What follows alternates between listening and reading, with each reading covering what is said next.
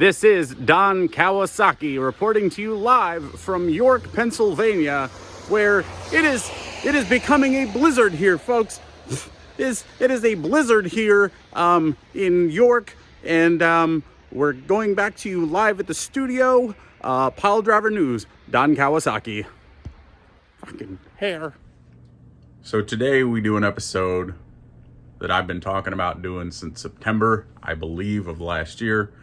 But it is wrestling and horror, a horror-themed wrestling gimmick, not to be confused with movies like WrestleManiac or the Legends versus Monsters. We also had, as early back in the 70s, Mil Mascaras versus the Aztec Mummy. We're not going to talk about that. We're going to talk about horror-themed wrestling gimmicks. So we're going to talk about some Boogeymans, and we're going to talk about some Papa Shangos. You know, just the fun and intimidating auras that were presented to us via Vince McMahon or maybe other companies. But today, that's what we're going to start talking about. So here we go, mixed in with a couple mail days, maybe some weird stuff. Horror-themed wrestling gimmicks. PileDriver, episode 29. Hasbro's, Mattels, Galoos, and Jacks. Basic elites, LJNs and battle packs. Whether we're buying, selling, trading, counting stacks. What you know about hammer locks and torture racks. Hardcore like Foley and agile like Lager. Action packed, boy, you know we got fighters. Setting off the smoke alarms, straight fire. Here's your host, Scotty Mega. Welcome to PileDriver. Nowadays, everybody's familiar with Bray Wyatt, the alter ego of The Fiend. But, you know, what about gimmicks like the Dungeon of Doom?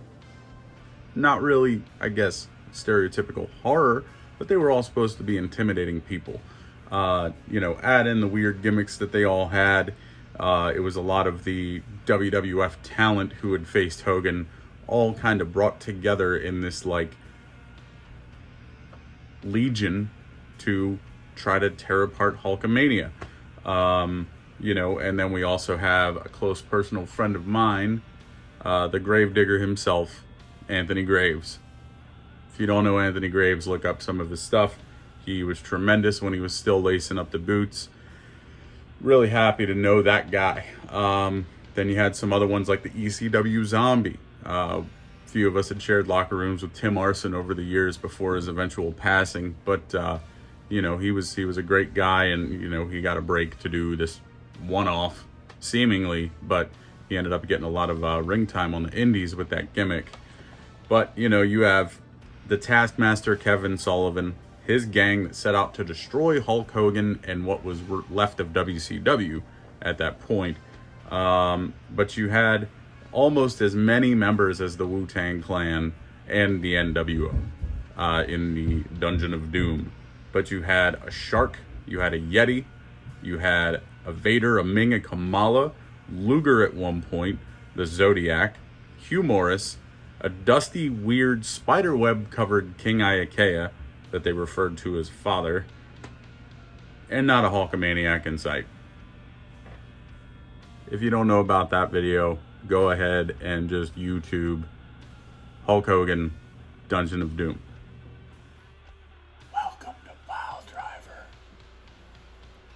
Joined by my lovely wife, Finn Balor. Popping a little tab here. Mail day. Shocker. Mine's already open, but That's okay.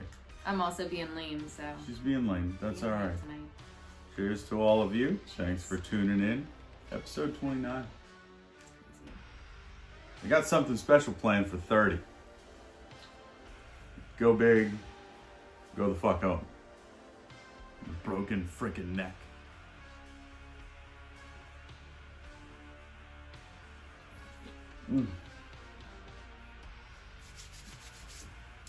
Start this one off. I'm going to be a little selfish. Cut this one open. Pre-cut. Fetzer. Buddy I just made in Ohio. Thanks for the package, buddy. We've got the Piper Loyal Subjects. Of course, he's just the white shirt variant, but it's cool as hell. Rad. And then this one, apparently, was told was some kind of pre-order exclusive. But I'm happy to have him because he's really neat. These are all so different and cool, and the body shapes and sculpts and everything is just so different. But the Ric Flair, probably gonna have the Andre and the Hogan.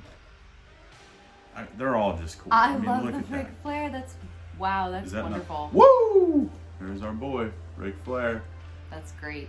Richard Fleer. I really want this Roddy Piper now with the black shirt. Yeah. Although I know he's hard to come by. Yeah, he's a chase, but we'll find it. Here, I'll pop this one. Let's see. Got the Blizzade. This one's also a little gift for the wifeski. And yourself too, right? No, this one's just you. Oh. Figure I do the bidding of my fair lady. If anybody's gonna draw the blade in this household, it's gonna be me. There you be. Yeah. Oh, I know what this is now. Something I said I wanted to get. But then I also yelled at you for getting because I still need stuff from my regular collection, right? At this point, like one. Because one's about to come out. Or just did come out. Yeah, so the new Elite came out, and then the 2-pack with AJ Styles. Yes. We're looking for that one. But Finn, Nakamura, she loves them both. There's also 2 Finns in this. We've got a regular Finn and a demon, so we've got to look for. It's not on this one, but yeah, this is a secondary line for that. So, but yeah, there you go. Rip them open, throw them against the wall, see what sticks. I don't want to open them. Okay. Like I said last time, you ruined me. My husband has absolutely ruined me. So this one here, coming from Collar and Elbow. Saw this one posted from the Big LG on Instagram. Wanted to do our part, so went ahead and ordered these because all the proceeds went to the family of John. This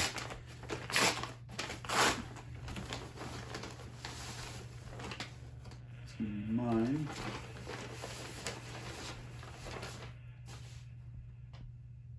That one looks real small, so that's probably you. Okay, there you go. Thank you.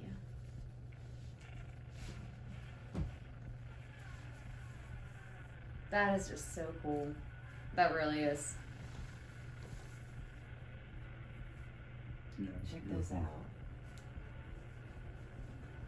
Very cool. So there we have it. Our Brodie Lee Forever t-shirts. Thank you, Collar and Elbow.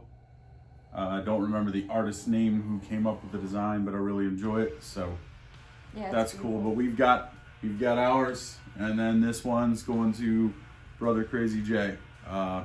He was a big fan, and I'm sure I'll have him throw a few words in here for John about their interpersonal connection at a house show. So yeah, thanks again to Collar and Elbow. These are too cool, so thank you. A few years prior to that, all that craziness in WCW kicking off, way across the pond in a little town called Japan, there was New Japan Pro Wrestling. They had so many stars who eventually, would do business with WCW or the IWA King of the Deathmatch stuff. But Corporal Kirschner was repackaged as Leatherface. A crazy gimmick, and I'm so happy he got to do it. I mean, of all people, Corporal Kirschner of 80s mid-card fame. Anyhow, that kind of spun off to Jason the Terrible, and you had Nightmare Freddy, and then there's just been a few replicated afterwards where you had a Jason Voorhees on the indie circuit, but that was just one that they kind of respelled the name to get away from the copyright issues. Next up on the list, Gangrel and the Brood. Long before there was a Kevin Thorne, if you remember Kevin Thorne, we had Gangrel. The white flowing blouse, that goblet full of blood, coming up through a ring of fire with this beautiful Edge and long-haired Christian at his side, laughing in the smoke and the flames. But, you know, he'd walk to the ring, take a sip out of that goblet, and he'd just blow it up in the air, covering himself and misting the crowd. It was really cool. But I mean, you also had, David Heath was a genius. He took that gimmick and really ran with it. And you add in the fact that you had two up-and-comers who, frankly, did we know Edge and Christian were both going to be, heavyweight champions at one point? Watching them come out as the amazing tag team that they eventually became before their singles runs. Anyhow, this isn't about that. I just wish we would have saw Pretty Boy David Heath resurface to help out Edge or Christian at some point. Never got that. That's kind of weird to me, but it would have been fun to see, him drop the fangs and pop back out. Another one that's kind of, intimidating. It was the brainchild of Road Warrior Hawk, Doink the Clown. It was shortly after it came out, and, Mike had this crazy idea. Hey, we need a wrestling clown. He can go out there and he can prank the boys and he can prank the fans, and, because he had that evil presence about him, kind of making, things really weird for a lot of the fans, and eventually he became a face, and then he was a heel again, and Matt Bourne lost himself. But anyhow, rest in peace, Matt Bourne. Crow Sting. Not that The Crow was a horror movie. It was really a story of love beyond love, revenge, murder, and mayhem. But I guess Sting at that point was so far beyond driven, Pantera reference, that he came back wanting revenge and wanting his WCW back, that he showed up in the rafters with a long trench coat and a baseball bat and a vulture sometimes. That was weird. Anyhow, Sting trying to be intimidating after being a surfer for, eons. Whatever.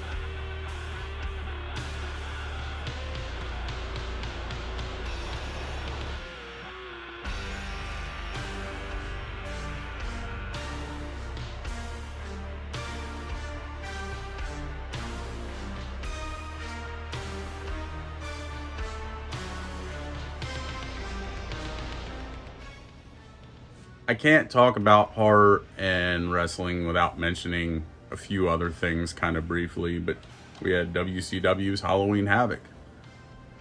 It was a pretty big pay-per-view for them from 1989 to about 2000. Then we saw NXT bring it back this past year, which was kind of cool. Nice to see that gimmick revisited.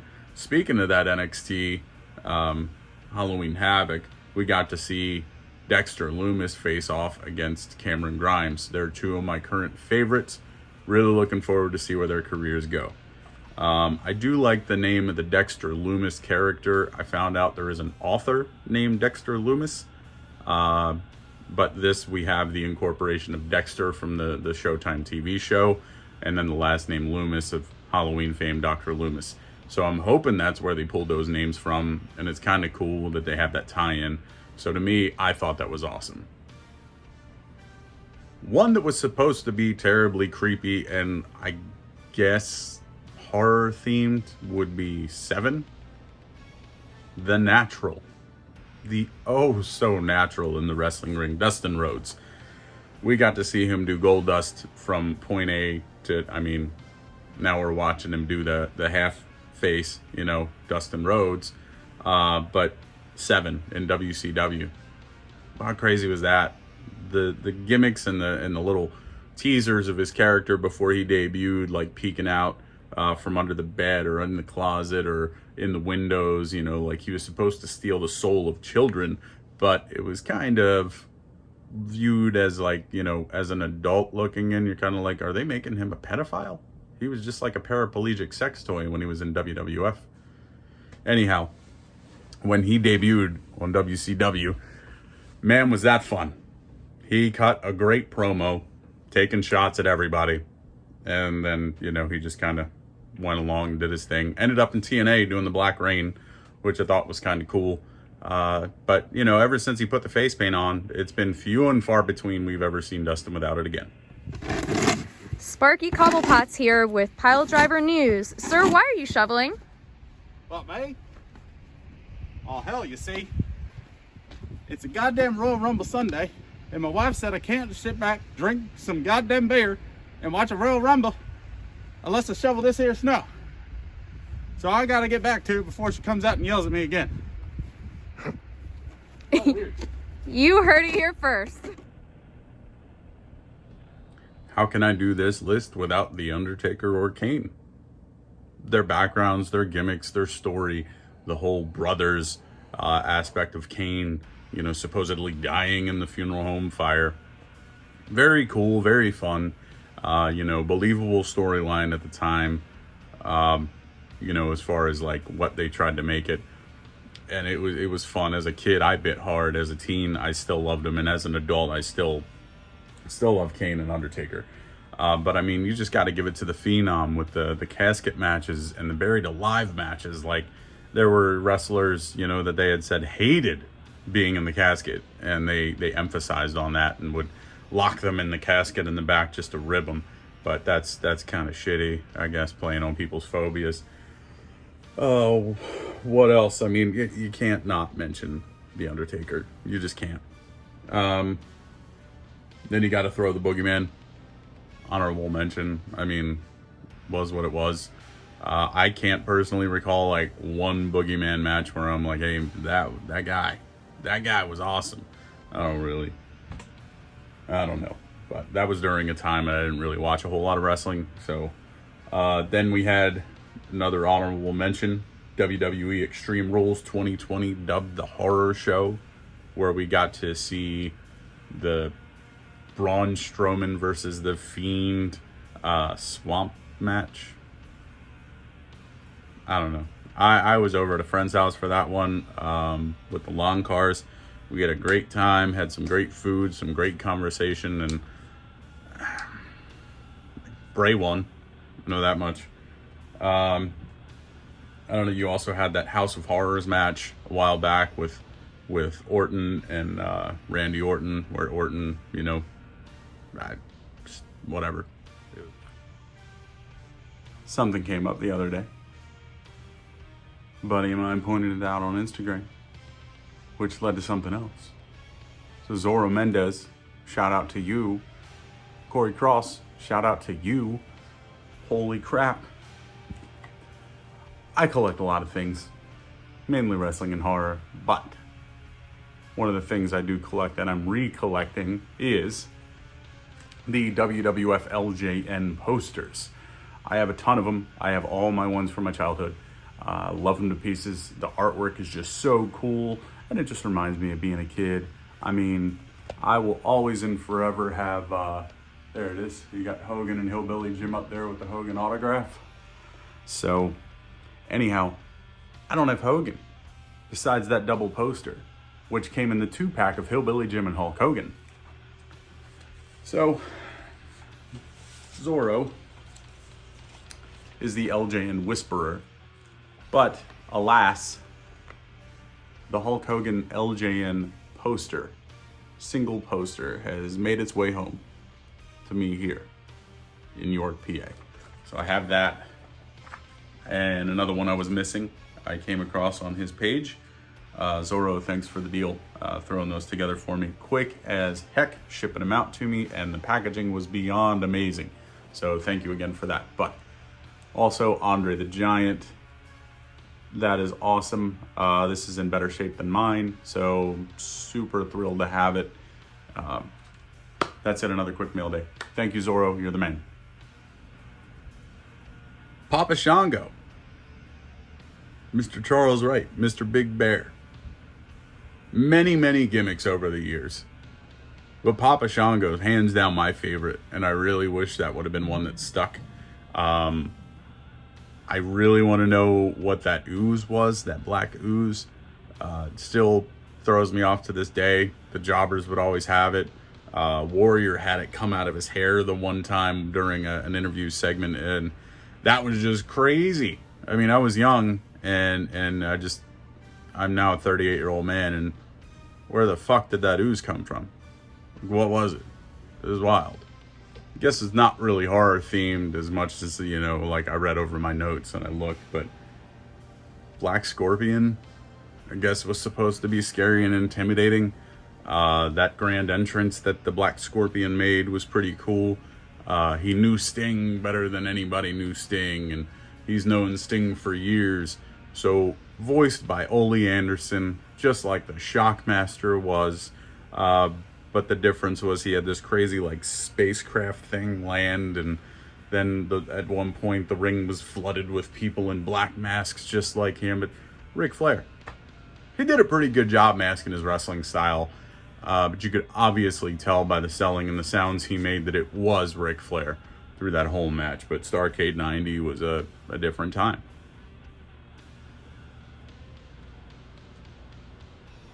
Finn Balor, he's making the list. Let's just face facts.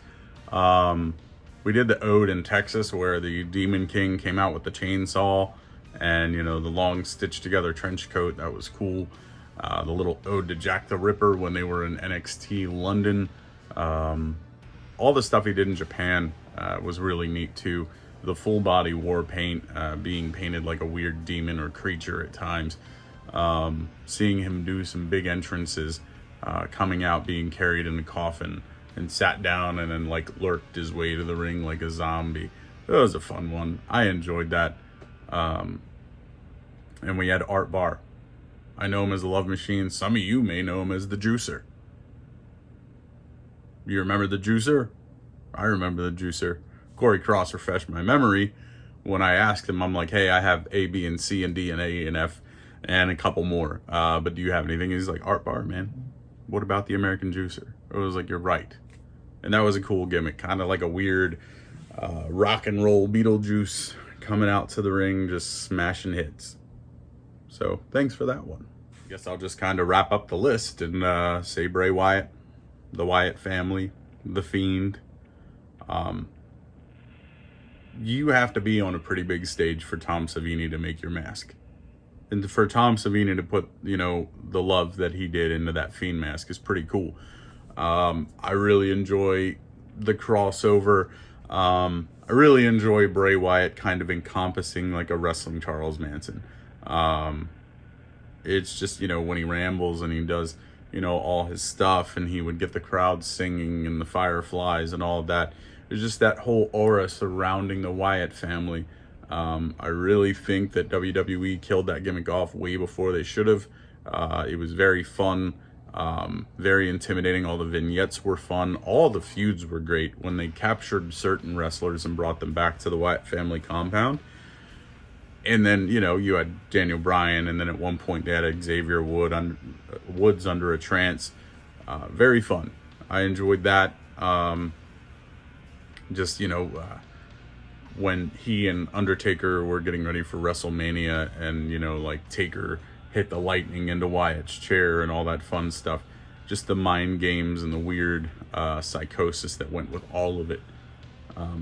There's still a lot more to be seen out of Bray at this point, and you know, it's turned more creepy than horror, but you know, we got to see the Fiend lit on fire. So today being the Royal Rumble, we'll see what happens. You know, maybe we'll get the debut of a Fiend in a new mask, or we'll get a different side of the Fiend than that fiery dummy we saw lit on fire last pay-per-view, I guess.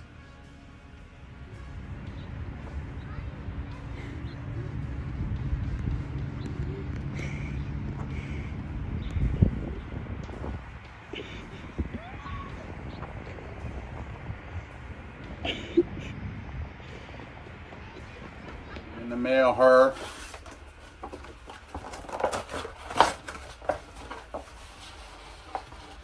Lenny sent it, and it came.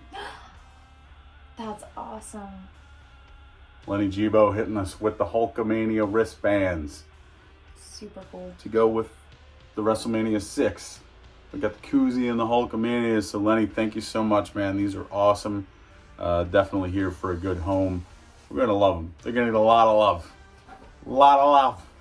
So thanks, buddy. I appreciate it. Just opened a package from Val. Little Mercari pickup. Yo, Joe! 1991 Sergeant Slaughter from the Hasbro Royal Rumble playset. Yes! Gonna stand proudly beside Hogan till I get the other 4. Sons of bitches.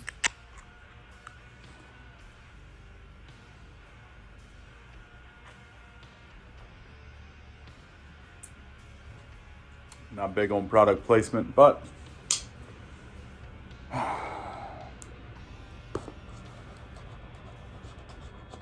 I've been waiting.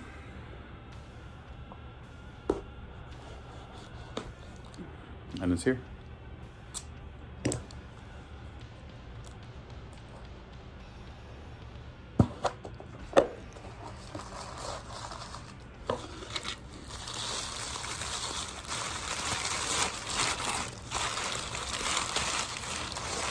Happy birthday to me.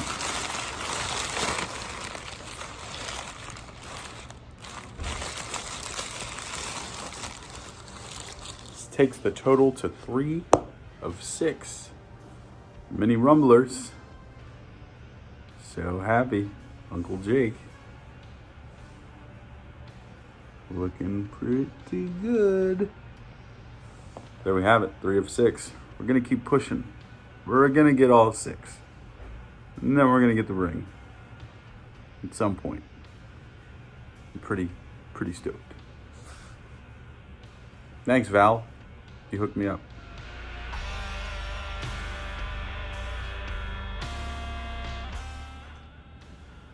Pretty much wraps it up. Short-lived.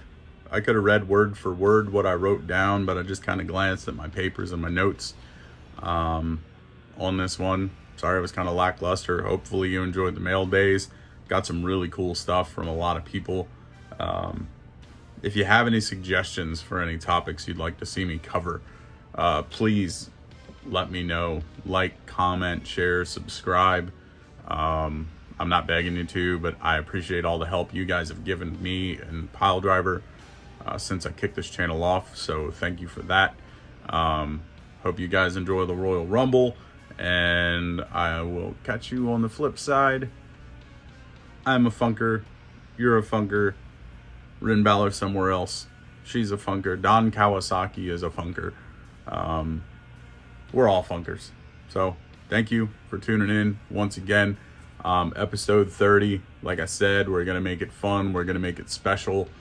And I'm really looking forward to trying to blow some minds and have some fun with these. So thanks again. Appreciate it. And we will chat soon, funkers.